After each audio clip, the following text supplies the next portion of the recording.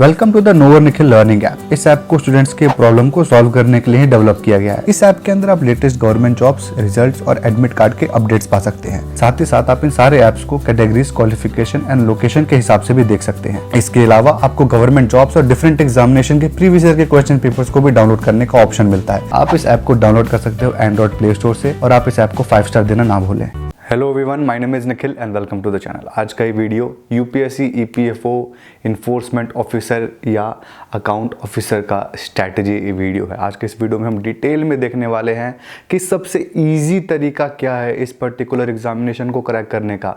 वैसे तो एग्जामिनेशन खुद अपने आप में ईजी है एसएससी, सीजीएल, एसबीआई पीओ या फिर आईबीपीएस पीओ के कंपैरिजन में बहुत ज़्यादा इजी है ये, क्योंकि इसके अंदर सिर्फ और सिर्फ एक एग्जामिनेशन ही है क्रैक करने के लिए। इसके बाद आपका इंटरव्यू है और अगर आप इस एग्जामिनेशन को क्रैक कर जाते हो, रिटन एग्जामिनेशन को, तो आपको कोई नहीं रोक सकता इस नौकरी को पाने में। तो ये इसलिए काफ़ी ज़्यादा इजी है। सिलेबस वाइज भी थोड़ा सा ये इजी पड़ता है एसबीआई पीओ या फिर एसएससी सीजीएल के कंपैरिजन में। यूपीएससी के बाकी एग्जामिनेशंस के भी कंपैरिजन में ये थोड़ा इजी है। इतना भी इजी नहीं है, देखते हैं डिटेल में इन सारी चीज़ों को इस वीडियो में। एक पॉइंट मैं आपको पहले ही बता देता हूँ जो कि फ्री कोचिंग के बारे में है कि जो ऑलिव बोर्ड है उसने घर पे कोचिंग 3.0 लॉन्च किया है। फर्स्ट भी निकला था, सेकंड भी निकला था, ये 3.0 है। इसके अंदर अगेन आपको बहुत सारी क्लासेस मिली है। मैंने कम्युनिटी टैब के थ्रू भी आपको इस बारे में नोटिफाई किया था कि आप लोग इस ऑफ़र को अवेल करो और वो लाइव क्लासेस एंजॉय करो, वो भी टोटली फ्री। लिंक डिस्क्रिप्शन में अवेलेबल है। अभी भी वहाँ पर रिकॉर्डेड क्लासेस पड़ी हुई हैं। स्पेशली आईबीपीएस पीओ और एसबीआई पीओ के लिए बहुत ही अच्छा है। आप अभी जाइए, मतलब वीडियो को देखने के बाद जाइए और ज़रूर एक बार ट्राई करिए ऑलिव बोर्ड के इस स्कीम को। और हाँ, इसको यूज़ कैसे करना है मैं आपको बता दूँ, बहुत लोगों को डाउट आता है। तो जैसे आप नीचे दिए गए डिस्क्रिप्शन के लिंक पे क्लिक करोगे, आप या तो ऐप इंस्टॉल होगा तो आप ऐप इंस्टॉल कर लेना, सबसे अच्छा वही रहेगा। ऐप आपने इंस्टॉल किया, उसके अंदर कोर्सेज़ के लिस्ट के अंदर व्यू ऑल करना। व्यू ऑल के अंदर सारे कोर्सेज जो अवेलेबल है वो दिख जाएंगे। वहाँ पर आपके पास दिखेगा घर पे कोचिंग 3.0, उस पर क्लिक करिएगा और आप कोर्स को अवेल कर सकते हो, वो भी टोटली फ्री। ये फ्री वाली चीज़ मैंने आपको बता दी। ये फ्री वाली जो कोचिंग है यहाँ पर भी आपके काम आने वाली है क्वांट इंग्लिश के सेक्शन में। चलिए अब हम अपनी स्ट्रैटेजी के ऊपर आते हैं और इस स्ट्रैटेजी के बाद जो भी मैं चीज़ें आपको बताऊंगा, आपके लिए एग्जामिनेशन बहुत ही ईजी हो जाएगा। हर चीज़ आपको पता चल जाए कि आपको क्या पढ़ना है, क्या नहीं पढ़ना है, कितना पढ़ना है। तो चलिए सबसे पहले हम इस एग्जामिनेशन की एग्जामिनेशन स्कीम देख लेते हैं कि बेसिकली आपके कौन कौन से प्रोसेस से गुजरोगे तो आपको ये नौकरी मिलेगी। इसके अंदर सिर्फ और सिर्फ दो ही प्रोसेस है। एक है आपका रिटन एग्जामिनेशन, दूसरा है आपका इंटरव्यू। रिटन एग्जामिनेशन का परसेंटेज जो है आपके मेरिट लिस्ट के अंदर वो 75% है, यानी 75% सिलेक्शन तभी हो जाएगा आपका जब आपके रिटन एग्जामिनेशन में मार्क्स आएंगे। इंटरव्यू है आपका 25%। अगर 2016 में जो एग्जामिनेशन हुआ था उसकी बात करें तो तब ये परसेंटेज 50-50 था। रिटन एग्जामिनेशन का वेटेज 50 था और आपके इंटरव्यू का वेटेज 50 था। तो ये 75% कर दिया गया है इस साल से रिटन एग्जामिनेशन का। बहुत अच्छी बात है ये, जिसका रिटन एग्जामिनेशन स्ट्रॉन्ग है। तो चलिए ये हमने समझा। अब हम देखते हैं कि इसके रिटन एग्जामिनेशन में आपको आता क्या है। इसकी आप नोटिफिकेशन देखे होंगे तो उसके अंदर कुछ भी नहीं बताया गया है कि कौन कौन से टॉपिक से कितने क्वेश्चंस आने वाले हैं, कितने मार्क्स के आने वाले हैं, कुछ भी नहीं बताया गया है। बट मैं यहाँ पे हूँ, मैं आपको बताऊँगा कि टोटल क्या क्या हिसाब यहाँ पे है। इस एग्जामिनेशन के अंदर टोटल आपके 120 क्वेश्चन होंगे। सॉल्व करने के लिए मिलेगा आपको 120 मिनट, यानी 2 घंटे मिलेंगे आपको सॉल्व करने के लिए। ये 120 जो क्वेश्चन है वो मिक्स्ड टॉपिक के क्वेश्चन होंगे। टोटल 9 टॉपिक्स हैं इसके अंदर जो आपके वहाँ पे इन्हीं टॉपिक्स में से क्वेश्चंस आएगा। अगर मैं इन टॉपिक्स को थोड़ा और फैला दूँ तो टोटल 11 से 12 टॉपिक्स आपके पास हैं जो आपको पढ़ने हैं, डिफरेंट टाइप के। और बट जो इनका पेपर है, जो कि मतलब जो सिलेबस इसका जिस हिसाब से डिज़ाइंड है वो 9 पेपर के हिसाब से डिज़ाइंड है। यहाँ पे आपकी नेगेटिव मार्किंग भी है और जो आपका लैंग्वेज है एग्जामिनेशन का वो हिंदी और इंग्लिश दोनों ही भाषाओं में अवेलेबल है। और अगर नेगेटिव मार्किंग की बात करें तो 1/3 यहाँ पे नेगेटिव मार्किंग है, यानी अगर आप कोई भी 3 क्वेश्चन गलत कर देते हो तो जो आपने 1 क्वेश्चन सही किया होगा उसके मार्क्स भी आपके माइनस हो जाएंगे। समझ में आया आपको? इसके अंदर एक और डाउट है, क्या इसके अंदर सेक्शनल कट ऑफ है? जो 9 डिफरेंट टाइप के एग्जामिनेशन होंगे, क्या हर एक सब्जेक्ट के अंदर आपके कोई सेक्शनल कट ऑफ या सेक्शनल टाइमिंग है? कुछ भी यहाँ पर ऐसा नहीं है। यहाँ पे ओवरऑल कट ऑफ और ओवरऑल टाइमिंग है, यहाँ पे और कोई चीज़ नहीं है। तो ये था हमारा एग्ज़ामिनेशन पैटर्न जो आपको समझ में आया। मैं आपको इस वीडियो में ये भी बताने वाला हूँ कि सिर्फ और सिर्फ एक बुक से आप इस एग्ज़ामिनेशन को क्रैक कर सकते हो। मैं सिर्फ एक बुक आपको रिकमेंड करूँगा जिससे सारे के सारे टॉपिक्स 9 के 9 टॉपिक्स सिर्फ एक बुक के अंदर दिए गए होंगे। वीडियो को आगे देखिए, मैं आपको उसके बारे में बताऊँगा। अब हम एक इम्पॉर्टेंट चीज़ एग्ज़ामिनेशन के बारे में और समझ लेते हैं। इस एग्ज़ामिनेशन का स्टेटस क्या है, इस एग्ज़ामिनेशन का बेसिकली औकात क्या है, ये समझना बहुत ज़्यादा ज़रूरी है क्योंकि ये बहुत कॉमन एग्जामिनेशन नहीं है। इस एग्जामिनेशन की औकात समझने के लिए हम 2017 के एग्जामिनेशन को समझेंगे।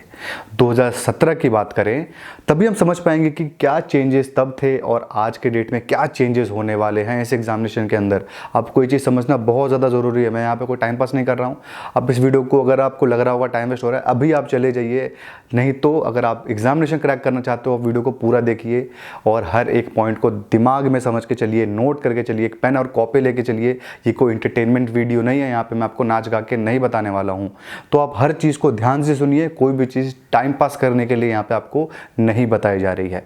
समझ में आया आपको? तो 2017 की बात करते हैं। 2017 में टोटल 1,46,000 यानी 1,46,000 टोटल स्टूडेंट अपीयर हुए थे इसके रिटन एग्जामिनेशन में। ये बहुत ही कम संख्या है। उस साल एसएससी सीजीएल के अंदर 17 लाख लोग अपीयर हुए थे। तो आप समझ सकते हो कि कितना ज़्यादा कंपटीशन का डिफरेंस है यहाँ पे। लेकिन इस साल ऐसा नहीं होने वाला है। 2020 के जो ईपीएफओ का फॉर्म निकला था, सिर्फ उस मेरे एक पर्टिकुलर वीडियो पे 3.5 से 4 लाख व्यू है उस वीडियो पे।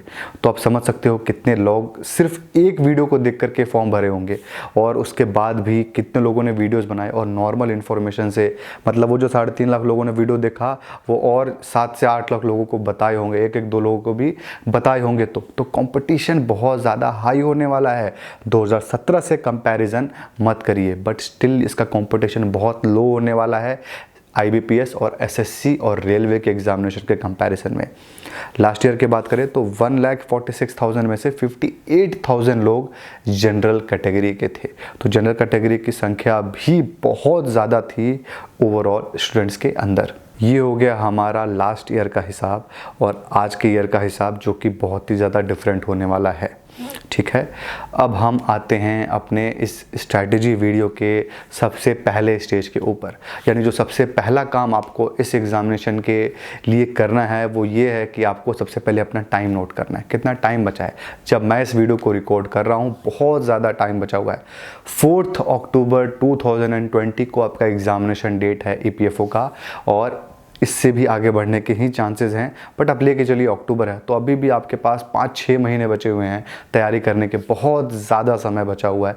इजीली आप 10 से 12 बार सिलेबस ख़त्म कर सकते हो और ये नौकरी आपके हाथ में होगी। 60-65 हज़ार रुपये आपके हाथ में होंगे और इज़्ज़त मिलेगी वो अलग। तो चलिए अब हम आते हैं हमारे स्ट्रैटेजी के ऊपर। सबसे पहला जो काम आपको इस स्ट्रैटेजी के लिए करना है वो देना है मॉक टेस्ट। मॉक टेस्ट आप नहीं दे पाओगे, कोई नहीं, मैं लिंक डिस्क्रिप्शन में आपको दे चुका हूँ प्रीवियस ईयर पेपर का।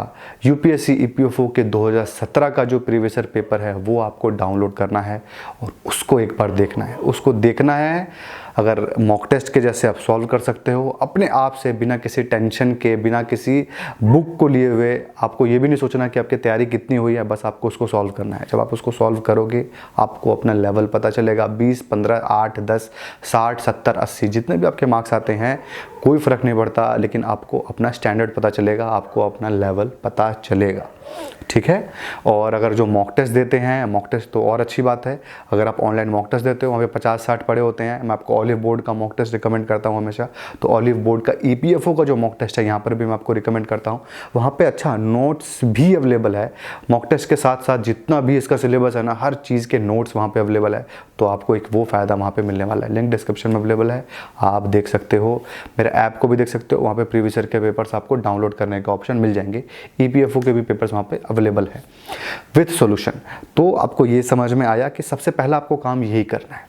जब आपका ये काम हो जाएगा तो सेकंड काम आपको करना है कि इन जो 9 टॉपिक्स है इनके सिलेबस को समझना है और इसके ब्लूप्रिंट को समझना है। ब्लूप्रिंट इतना ज़्यादा इंपॉर्टेंट है इस एग्जामिनेशन का, क्योंकि पूरे इंटरनेट पे कहीं पे भी इसका ब्लूप्रिंट अवेलेबल नहीं है। ब्लूप्रिंट मतलब क्या होता है, जो 9 टॉपिक्स हैं इन टॉपिक्स में से हर एक टॉपिक में कितने क्वेश्चंस आएंगे वो मैं आपको इस वीडियो में बताने वाला हूँ, और उसी के हिसाब से आपको तैयारी अपनी आगे की करनी है। तो चलिए सबसे पहले हम ब्लूप्रिंट ही देख लेते हैं। सबसे पहले हम ब्लूप्रिंट देखेंगे और आप इसको पेन पेपर से नोट करते हुए चलिए, या फिर आप स्क्रीनशॉट भी ले सकते हो, जो भी मैं आपको ब्लूप्रिंट दिखाऊंगा। ब्लूप्रिंट से पहले एक बार मैं आपको 9 टॉपिक्स रीड आउट कर देता हूं कि कौन कौन से 9 टॉपिक्स आपके यहाँ पर हैं। सबसे पहला है आपका जनरल इंग्लिश, उसके बाद है इंडियन फ्रीडम स्ट्रगल, यानी जो भी आज़ादी के वक्त का जो भी स्ट्रगल था वो, उसके बाद आपका current events and development issues, उसके बाद आपका इंडियन पॉलिटी एंड इकोनॉमी, चौथा है आपका जनरल अकाउंटिंग प्रिंसिपल, फिफ्थ है आपका industrial relation and labour laws, sixth है आपका general science and knowledge of computer application, seventh है आपका general mental ability and quantitative aptitude, ये बेसिकली मैथ्स है। उसके बाद है आपका 9th social security in India. ये आपका टोटल 9 टॉपिक्स है जिसके अंदर से क्वेश्चंस आपके यहाँ पे आने वाले हैं। तो ये थे हमारे टोटल सिलेबस का लिस्ट। चलिए अब हम देखते हैं ब्लूप्रिंट, यानी हर एक टॉपिक में से कितने क्वेश्चंस आने वाले हैं। सबसे पहले बताता हूँ आपको मैथमेटिक्स के अंदर जो आपके क्वेश्चंस होंगे वो होंगे 15 क्वेश्चंस। ये आपके बेसिक 10th वाले ही क्वेश्चंस होंगे। अगर मैथ्स का कंपैरिजन सरकारी नौकरी की लिस्ट में करूं तो एसएससी सीजीएल का बहुत छोटा सा हिस्सा, उसके सिलेबस का बहुत छोटा सा हिस्सा यहाँ पे आने वाला है। ठीक है, लेवल आपका सीजीएल का ही होगा, बट जो सिलेबस अगर 100% उसका सिलेबस एसएससी सीजीएल का, तो यहाँ पर सिर्फ 20% आपको पढ़ना है और उसमें आपका यहाँ पे चीज़ें कवर हो जाएंगी। 15 क्वेश्चन आपके मैथ्स में आएंगे। इसके बाद आते हैं हम इंग्लिश में। इंग्लिश में आपके होंगे 20 क्वेश्चंस। लेवल आपका क्या होगा, तो लेवल आपका आईबीपीएस पीओ या फिर एसबीआई पीओ से थोड़ा सा नॉर्मली होगा। आईबीपीएस पीओ का कंपैरिजन कर लीजिए या फिर एसएससी सीजीएल का कंपैरिजन कर लीजिए, उसी लेवल का यहाँ पे आपको इंग्लिश देखने को मिलेगा। इंग्लिश थोड़ा सा यहाँ पे टफ है बाकी सबके कंपैरिजन में, क्योंकि ये बैंक के लेवल का इंग्लिश है। अगेन मैंने आपको पहले बताया कोई सेक्शनल कट ऑफ है, टाइमिंग नहीं है। आप फेल हो जाओगे किसी टॉपिक में कोई फ़र्क नहीं पड़ता। ठीक है, तो बाकी टॉपिक्स अगर आपने अच्छे कर लिए तो ये चीज़ें आपकी यहाँ पे छुप जाएंगी। अब हमारा अगला टॉपिक है फ्रीडम स्ट्रगल। इसके अंदर आपके टोटल 15 क्वेश्चंस इसी में से आने वाले हैं। फ्रीडम स्ट्रगल क्या होता है, तो 1857 के बाद से, मतलब 1857 में एक रिवोल्ट हुआ था, उसके बाद से लेकर के जब तक भारत आज़ाद नहीं हुआ, ये हिस्ट्री का इतना पार्ट यहाँ पर आता है। 15 क्वेश्चन टोटल आपके होंगे। मैं आपको बताने वाला हूँ, मैं जितने भी टॉपिक्स आपको बता रहा हूँ ना, इन सब के अंदर कौन कौन से टॉपिक्स हैं जो मैंने चुन के रखे हैं जिसके अंदर से क्वेश्चंस आएंगे वो भी मैं आपको आगे बताऊँगा, बट इसके अंदर फिलहाल 15 क्वेश्चंस एग्जामिनेशन में आएंगे। इसके बाद है आपका अकाउंट्स, यानी इसके अंदर गैप लिखा है जनरल अकाउंटिंग प्रिंसिपल। तो जनरल अकाउंटिंग प्रिंसिपल लोग समझेंगे कि सिर्फ और सिर्फ एक टॉपिक है अकाउंट्स के अंदर, सिर्फ और सिर्फ एक छोटा सा टॉपिक है गैप। तो वो टॉपिक यहाँ पर नहीं है, अच्छा खासा पूरा एक सिलेबस है, मतलब बहुत ज़्यादा कोई सिलेबस नहीं है। अगर कोई 11th क्लास का बच्चा होगा वो भी आपको पढ़ा देगा, इतना ईजी सिलेबस है। कोई 11th क्लास में पढ़ के गया होगा कॉमर्स का स्टूडेंट, आपको वो भी पढ़ा देगा। तो बहुत ही ज़्यादा ईजी है एक तरीके से, लेकिन नए जो बिगिनर्स होते हैं उसके लिए थोड़ा सा टफ तो ज़रूर है। तो ये हमारा अकाउंट्स है। टोटल 15 क्वेश्चन यहाँ पे इस टॉपिक से आएगा। इसके बाद है हमारे पास जनरल साइंस एंड कंप्यूटर। यहाँ पर भी आपके टोटल 15 क्वेश्चन हैं, जिसके अंदर जनरल साइंस का पार्ट 10 क्वेश्चन का है और कंप्यूटर का पार्ट 5 क्वेश्चन का है। आई होप आप सब चीज़ें नोट कर रहे होंगे। नोट नहीं करोगे कोई फ़ायदा नहीं है एग्जामिनेशन में, सब भूल जाओगे आप इस वीडियो को देखने के बाद, इसलिए चीज़ें नोट करके चले। 10 मैंने आपको बताया मार्क्स होंगे साइंस के, 5 होंगे कंप्यूटर के। टोटल यहाँ पे आपके हो गए 15 क्वेश्चन। इसके बाद है आपका पॉलिटी एंड इकोनॉमिक्स, यानी पॉलिटी मतलब कॉन्स्टिट्यूशन, इकोनॉमिक्स मतलब इकोनॉमिक्स, जिसके अंदर आपका मैक्रो और माइक्रो दोनों यहाँ पे आएगा। टोटल दोनों को मिला के 10 क्वेश्चन होंगे, 5 पॉलिटी के, 5 इकोनॉमिक्स के। दोनों ही बेसिक से थोड़े से ऊपर लेवल पे होंगे। पॉलिटी तो अच्छा खासा होगा, इकोनॉमिक्स बेसिक के ही आसपास लगभग आपका पूछेगा। उसके बाद है आपका लेबर लॉ, जो सबसे एक बहुत ही अजीब सा टॉपिक है जो आपने कभी नहीं पढ़ा और कभी इसके अलावा और किसी एग्जामिनेशन में पढ़ेंगे भी नहीं, बट यहाँ पर आपको ये पढ़ना ही पड़ेगा। और टोटल 15 क्वेश्चन इस टॉपिक में से आने वाले हैं। बहुत इंपॉर्टेंट टॉपिक है और बहुत ही स्कोरिंग टॉपिक है। 15 क्वेश्चन आपके इस टॉपिक से होंगे। इसके बाद है आपका सोशल सिक्योरिटी, जिसके अंदर 5 क्वेश्चन आपके सोशल सिक्योरिटी के होंगे। इसके बाद जो करंट इवेंट वाला जो आपका टॉपिक था वो, या जिसको हम जीके बोलते हैं सीधा सीधा, जीके के आएंगे आपके, यानी करंट अफेयर्स के 10 क्वेश्चन। तो ये हो गया आपका टोटल ब्लूप्रिंट। आप इसको टोटल करोगे तो 120 क्वेश्चन बनते हैं। इन टॉपिक से आपके क्वेश्चंस आने वाले हैं एग्जामिनेशंस के अंदर। समझ में आया आपको? तो हमने देखा ब्लूप्रिंट। अब हम क्या करते हैं कि अब हम सिलेबस को देखते हैं कि हर एक टॉपिक में से कौन कौन से क्वेश्चंस आएंगे। अगेन आप स्क्रीनशॉट ले लीजिए या फिर नोट कर लीजिए, अपने पेन पेपर लेके आप बैठे होंगे मुझे लग रहा है, और नोट करते चलिए। सबसे पहले देखते हैं इंग्लिश का सिलेबस। इसके अंदर है आपका close test, error spotting, fill in the blanks, para jumble, phrase और items, phrase replacement, reading comprehension, sentence completion, para completion, spelling और एंटोनिम्स एंड सिनोनिम्स। तो ये था आपका इंग्लिश का सिलेबस। अब हम देखते हैं इंडिया स्ट्रगल फॉर इंडिपेंडेंस वाला टॉपिक। इसके अंदर टोटल मैंने 21 टॉपिक आपके लिए नोट करके रखे हैं। इन्हीं 21 टॉपिक में से क्वेश्चंस आएंगे। मतलब इस 21 टॉपिक्स भी नहीं है बेसिकली, ये 21 पार्ट्स हैं। जैसे कि कोई आंदोलन था या फिर कोई मूवमेंट था या जो भी चीज़ें थी, वो 21 मैंने नोट करके रखे हैं। इन्हीं में से आपके एग्जामिनेशन में कोई ना कोई एक आएगा या 4-5 आएंगे, जो भी आएगा इन्हीं के अंदर आपका आएगा। तो मैं इसमें से कुछ रीड आउट कर लेता हूँ, बाकी का आप स्क्रीनशॉट ले सकते हो। पूरे के पूरे 21 पढ़ करके कोई यहाँ पे फ़ायदा नहीं है। तो सबसे पहला जो है वो है कैरेनेटिक वॉर्स, उसके बाद है इन्वेजन ऑफ बंगाल, उसके बाद आपका 3 एंग्लो मराठा वॉर्स जो थे वो है। इसके बाद हम सीधा आते हैं 1857 रिवॉल्ट, जो मैंने आपको कहा था 6th टॉपिक आपका यहाँ से है। इससे पहले जो इतने टॉपिक्स मैंने बताए हैं 5 टॉपिक्स, ये आपको पढ़ने ही पढ़ेंगे। इसमें से कई बार क्वेश्चंस आए हैं। 6th टॉपिक जो है वो यहाँ से आपका ऑफिशियल सिलेबस स्टार्ट होता है। 1857 का जो रिवॉल्ट हुआ था वो पढ़ना है। इंडियाज़ फ्रीडम स्ट्रगल पढ़ना है फर्स्ट स्टेज में।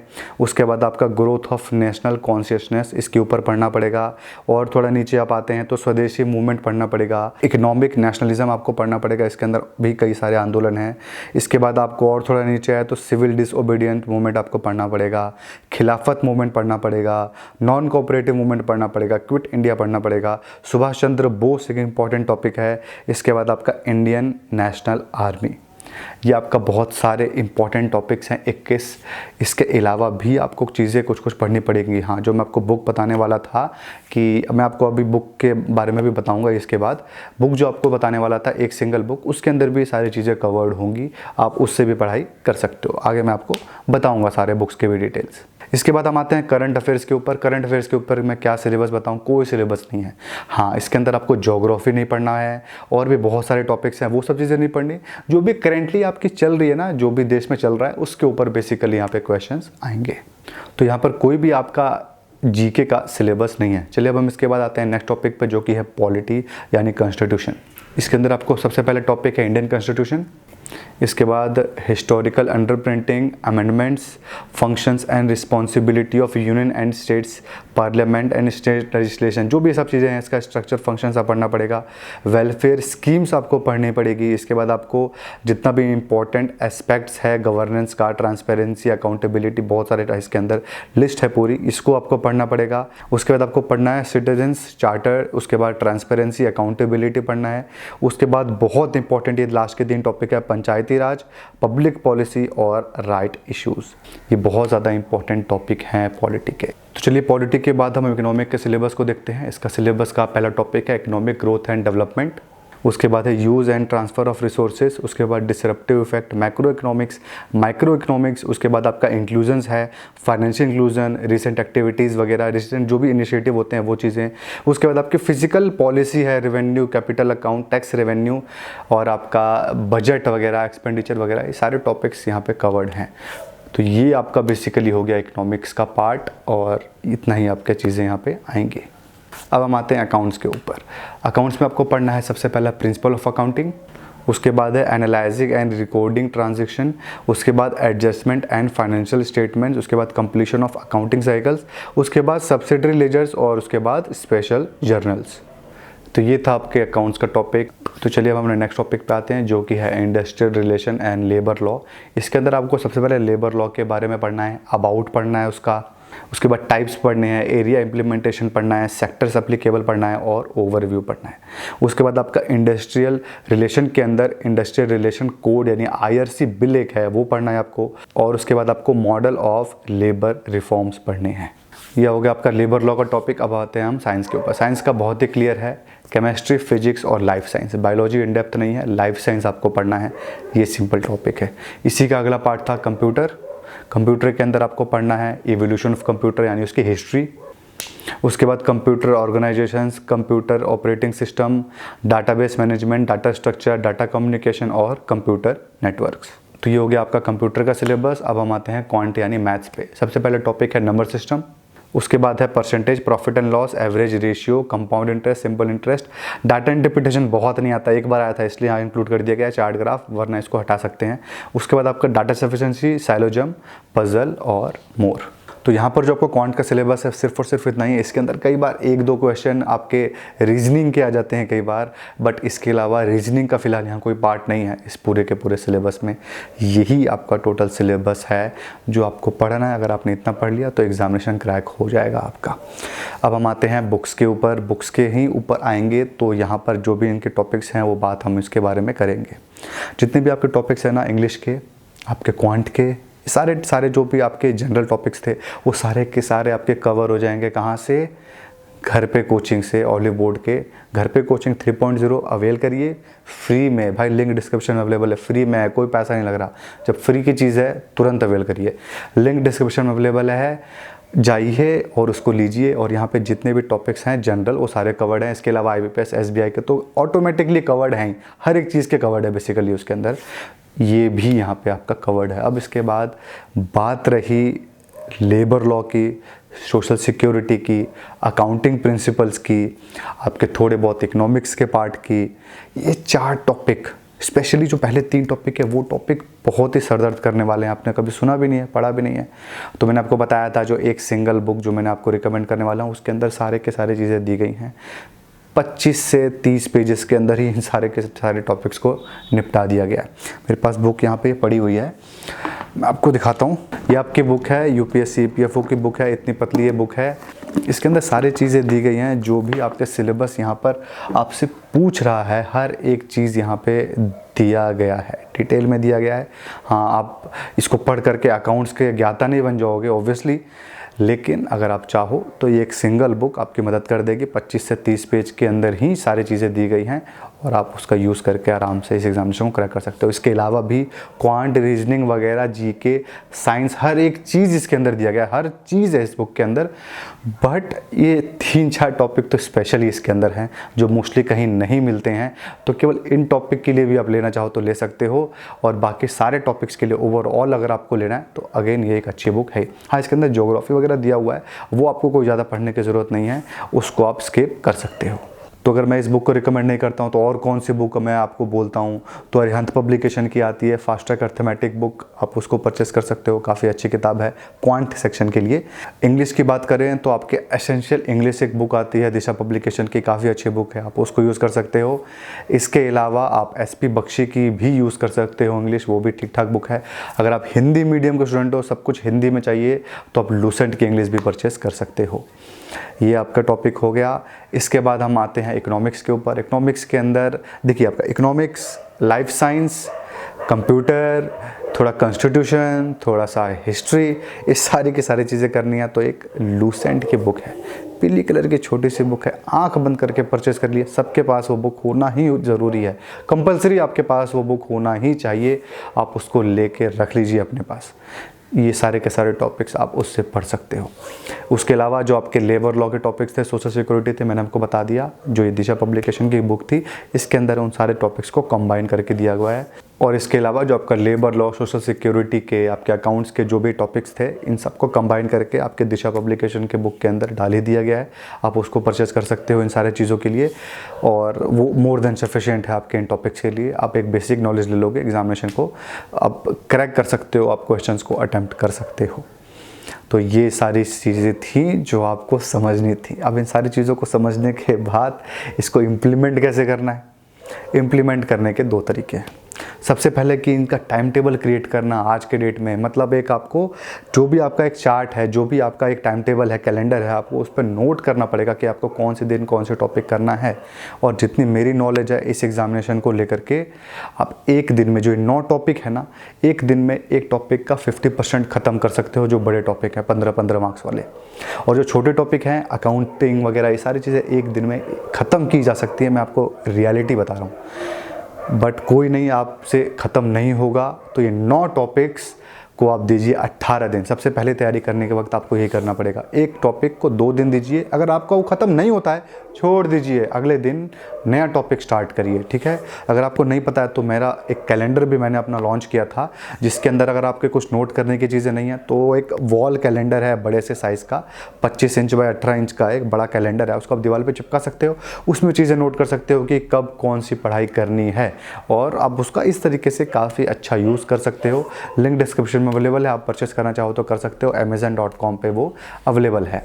तो ये हो गया। उसके बाद अगर आपको ये तरीका समझ में आता है, आप इस तरीके से करिए और मैं आपको गारंटी देता हूँ आपको फ़ायदा मिलेगा ही मिलेगा। दूसरी एक चीज़ मैं आपको बता देता हूँ कि शायद, मैं अभी गारंटी नहीं दे रहा हूँ, शायद मैं क्लासेस लूँगा आपके इन सारे टॉपिक्स के, जो भी आपके लेबर लॉ के टॉपिक्स था, आपका इसके बाद अकाउंटिंग का टॉपिक था, सोशल सिक्योरिटी का टॉपिक था, शायद, मैं गारंटी नहीं देता हूँ। लेकिन अगर मैंने क्लास लिया तो मैं आपको लिख के देता हूँ कि इन टॉपिक्स में से जो भी मैं आपको बताऊंगा उसमें से 1 मार्क्स भी ज़्यादा नहीं आ सकता। 1 मार्क्स छोड़िए, 1 क्वेश्चन ऐसा नहीं हो सकता कि जो मैं पढ़ाऊँ और उसके बाहर से आ जाए। तो शायद मैं आपको 100% नहीं देता हूँ, बट शायद मैं करूँगा। आप कमेंट सेक्शन में मुझे कमेंट करके बताइएगा कि आप चाहते भी हो कि नहीं चाहते हो कि मैं वीडियो बनाऊँ, क्लासेस लूँ इसके ऊपर। मैं खुद क्लासेस लूँगा, तो देखते हैं कि मेरे क्या होता है, जो मूड जैसा बनता है उस हिसाब से आगे हम काम करेंगे इसके क्लासेस के ऊपर। जैसे वीडियो का रिस्पॉन्स आता है, जो लोग लाइक वाइक करते हैं, वीडियो अगर चलती है अच्छी खासी, तो मैं ज़रूर इसके ऊपर भी वीडियो बनाऊँगा, क्लासेस इसकी ज़रूर लूँगा। तो पहला तरीका, अपने आप से आप प्रिपेयर करिए, बुक लेके पढ़िए, नोट करते हुए चलिए। दूसरा तरीका, मैं आपको वीडियो बना करके बताऊंगा। अगर आपको वीडियो से समझना है तो ठीक है, आप दोनों में से कोई भी ऑप्ट कर सकते हो। वीडियो नहीं बना तो हमारा फर्स्ट जो वे है वो तो है। इसके बाद जो भी आपने तैयारी की, इन सब तैयारी को करने के बाद आपको जो काम करना है वो है मॉक टेस्ट देना है। मॉक टेस्ट देना हद से ज़्यादा ज़रूरी है। आपको समझ में ही नहीं आएगा कि क्या आप अल्टीमेटली करने वाले हो एग्जाम के अंदर, तो मॉक टेस्ट देना ज़रूरी है। लिंक डिस्क्रिप्शन में अवेलेबल है। ऑलिव बोर्ड का मॉक टेस्ट बहुत अच्छा ही मॉक टेस्ट है। अगर आप ऑलिव बोर्ड में 50 स्कोर करते हो ना, तो एग्जाम में 60 स्कोर करोगे। अगर वहाँ पे 60 करते हो तो एग्जाम में 70 स्कोर करोगे, क्योंकि यहाँ पे चीज़ें टफ हैं एग्जामिनेशन से। लोगों का प्रॉब्लम यही है, बोलते हैं कि बहुत टफ है। टफ ही तो करना है, तभी तो एग्ज़ाम हमको इजी लगेगा, वरना बहुत ज़्यादा टफ लगेगा एग्ज़ाम। तो ये आपको समझना है, ये इस तरीके से आपको काम करना ही करना है। तो ऑलिव बोर्ड का आप मॉक टेस्ट दे सकते हो, जो बहुत ही ज़्यादा यूज़फुल होगा। ये सारी चीज़ें आपने देखी, ये भी देखा। हाँ, अब हम बात करते हैं कट ऑफ के बारे में। कट ऑफ लास्ट ईयर की बात करूँ तो 49 कट ऑफ था, 49.5 समथिंग कट ऑफ था जनरल कैटेगरी का। तो जो जनरल कैटेगरी का कट ऑफ इतना था और 54 था आपका ओबीसी का, बहुत ज़्यादा डिफरेंस नहीं है। तो ये था आपका 100 मार्क्स का तब था पेपर।